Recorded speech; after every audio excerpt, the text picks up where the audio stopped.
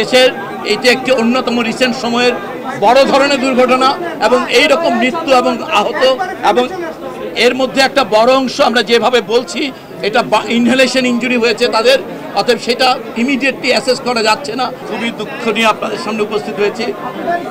এই ঘটনাতে ইতিমধ্যে আপনারা জেনেছেন প্রায় 100 থেকে 150 জনের মতন আসলে অগ্নিদগ্ধ হয়েছেন। তারা প্রাথমিকভাবে বেশ কিছু হাসপাতাল ওই অঞ্চলের এবং সিএমএইচে তাদের নিয়ে যাওয়া হয়েছিল। এই 100 জনের মধ্যে এই মুহূর্তে 6টি হাসপাতালে প্রায় 70-এর চাইতেও বেশি আহত শিক্ষার্থী প্রধানত ভর্তি আছে।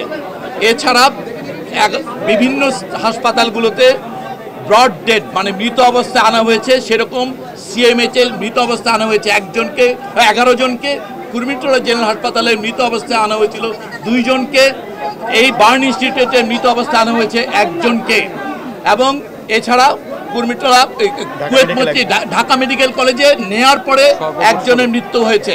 সর্বমোট 16 জনের মৃত্যু নিশ্চিত করা হচ্ছে এবং ভর্তি অবস্থায় 70 জনের মতন বিভিন্ন হাসপাতালে চিকিৎসাধীন আছে। এর মধ্যে এই বার্ন ইনস্টিটিউটে এই মুহূর্তে 48 জন ভর্তি অবস্থায় চিকিৎসাধীন আছে, যাদের মধ্যে এই বিভিন্ন হাসপাতালে চিকিৎসাধীন যারা আছে তাদের মধ্যে বেশ কয়েকজনের অবস্থা বেশ হুমকির মুখে। ইতিমধ্যেই একজন পাইলট যিনি ছিলেন ওই বিমানের, ওনাকে সিএমএইচে নেওয়া হয়েছে, সেখানে ওনাকে আইসিইউতে উনি আছেন, ওনার জীবনও সংকটের মুখে। এই অবস্থায় আমাদের বলতে পারি আমরা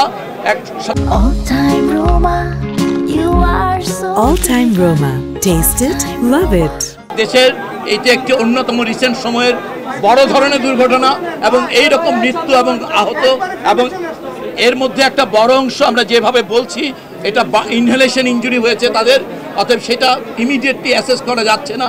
এটা বেশ কিছু সময় লাগবে অ্যাসেস করতে, তাদের ঝুঁকির মাত্রাটা কত।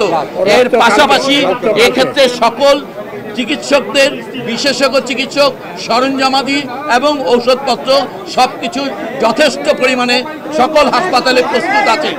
এছাড়াও আপনারা সবাই মনে করেন যে